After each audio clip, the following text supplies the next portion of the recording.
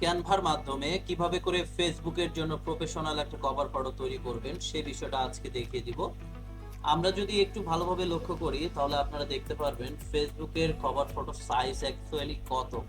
তো একটু দেখি, আমরা যখন গুগলে গিয়ে সার্চ করলাম যে ফেসবুকের কভার ফটোর অ্যাকচুয়াল সাইজ কত, এখানে দুইটা সাইজ দেখাবে। একটা হচ্ছে ডেস্কটপের সাইজ এবং আরেকটা হচ্ছে মোবাইল ফোনের সাইজ। সো মোবাইল ফোনের সাইজ হচ্ছে 640 পিক্সেল ইন্টু 360 পিক্সেল। এটা হচ্ছে মোবাইল ফোন ইউজার যারা রয়েছে তাদের জন্য, অর্থাৎ যারা মোবাইল থেকে দেখবে তারা এই পিক্সেলে দেখতে পারবে, এবং যারা কম্পিউটার বা ডেস্কটপ থেকে দেখবে তারা কিন্তু 820 পিক্সেল ইন্টু 312 পিক্সেলে দেখতে পারবে। তাহলে আমরা কিভাবে করে একটা কভার ফটো বানাইলে সেটা প্রফেশনাল কভার ফটো হবে এবং আপনি যে কোনো জায়গায় সেটা ব্যবহার করতে পারবেন। আমি যদি আপনাদের কিছু উদাহরণ দেওয়ার চেষ্টা করি, দেখেন এই যে একটা ভাইয়া, তার যদি আমরা কভার ফটো দেখি তাহলে আপনারা দেখতে পারবেন এখানে কিন্তু তার কভার ফটোটা কিন্তু দেখা যাচ্ছে না। অর্থাৎ তিনি শুধুমাত্র মোবাইল ফোনের যে সাইজটা আছে সেই সাইজটা ব্যবহার করে এখানে বানিয়েছে। ইনি যে সাইজটা ব্যবহার করেছে মোবাইল ফোনের সাইজ 640 ইন্টু 360 পিক্সেল দিয়ে উনি এই কভার ফটোটা বানিয়েছে। সেই কারণে আমরা যখন কম্পিউটার থেকে তার কভার ফটোটা দেখতে যাচ্ছি তার অর্ধেক দেখা যাচ্ছে, অর্ধেক দেখা যাচ্ছে না। অর্থাৎ তিনি কিন্তু প্রফেশনাল ভাবে তার কভার ফটোটা তৈরি করে নাই, অর্থাৎ তার প্রফেশনালিটির মধ্যে অনেক কমতি রয়েছে, এই বিষয়টা আমরা বুঝতে পারছি। সো আমরা কিভাবে করে দুইটা একদম সমন্বয় করে আমাদের একটা কভার ফটো বানাবো। তো আমরা প্রথমত ক্যানভা ডিজাইনকে ক্যানভা ওপেন করব, ক্রিয়েট নিউ অপশনে ক্লিক করে মোবাইল ফোনের যে সাইজটা আছে মোবাইল ফোনের সাইজটা নিয়ে আমাদের প্রথমত কি করতে হবে, ডিজাইন বানাইতে হবে। 640 ইন্টু 360 এইটা সিলেক্ট করে আমরা একটা ক্রিয়েট নিউ ডিজাইন করব। এখান থেকে আমরা একটা নতুন ডিজাইন বানিয়ে নিব। তো এই ফরম্যাটে আমরা একটা নতুন ডিজাইন বানাবো। তো এই ফরম্যাটে ধরেন আমরা এই যে ফরম্যাট, এই ফরম্যাটে একটা নতুন ডিজাইন বানাই। তো আমার কাছে একটা ডিজাইন আছে, এখানে আপনারা এই যে ডিজাইন অপশনে ক্লিক করলে অনেক ডিজাইন আসবে। এখান থেকে প্রফেশনাল মোডে আসলে আমরা কি করি, প্রফেশনাল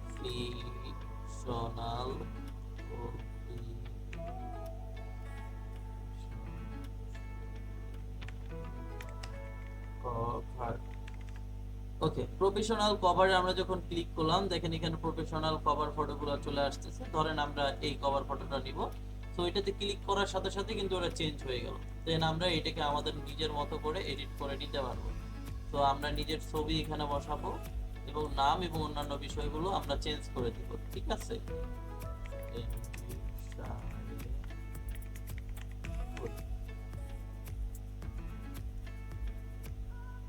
আমরা ফন্টটাকে চেঞ্জ করে দিতে পারি, এখান থেকে আমরা ফন্টটাকে চেঞ্জ করলাম।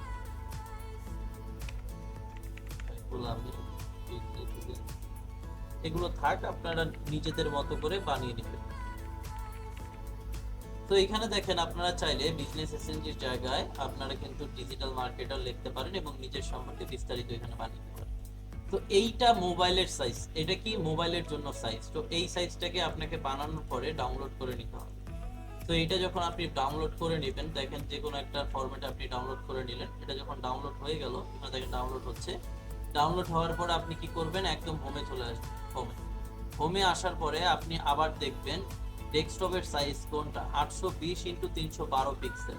তো আমরা এখানে গিয়ে 820 ইন্টু 312 পিক্সেল, এই পিক্সেলটাকে আমরা সিলেক্ট করে ক্রিয়েট নিউ অপশনে ক্লিক করব। তো এখন দেখেন লম্বা একটা কিন্তু আমাদের সামনে দেখা যাচ্ছে। তো এইটা কি কম্পিউটারের সাইজ, অর্থাৎ কম্পিউটার থেকে দেখলে কিন্তু এই রকম একটা লম্বা আকৃতির শেপ আমরা দেখতে পাই। আমরা যদি এখান থেকে একটু দেখি, আমরা যখন কম্পিউটারে দেখছি তখন এখান থেকে এই যে এখান থেকে শুরু করে এই এতটুকু, এইটা কিন্তু শো করতেছে, অর্থাৎ এতটুকু শো করতেছে কতটুকু, এতটুকু। এখন আপনারা একটু খেয়াল করে দেখেন তো ঠিক এতটুকুই কিনা সাইজটা, ঠিক অতটুকুই কিন্তু সাইজ।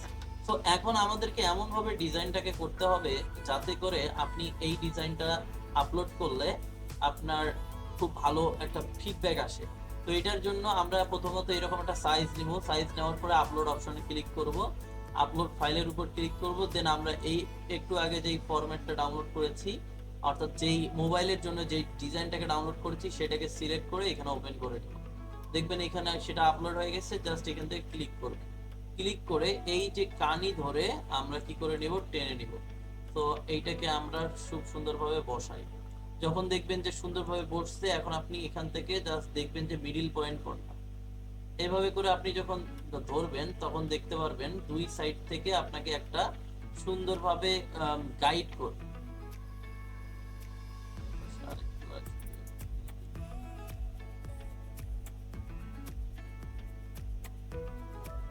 এখন এই যে দেখেন মাঝখানে একটা কিন্তু প্লাস চিহ্ন করেছে, দেখেন আমি একদম মিডিল পয়েন্টে যখন আমার ছবিটা বসিয়েছি তখন একদম মিডিল পয়েন্টে বা মাঝ পয়েন্টে আমাদের এই ছবিটা কিন্তু চলে এসেছে।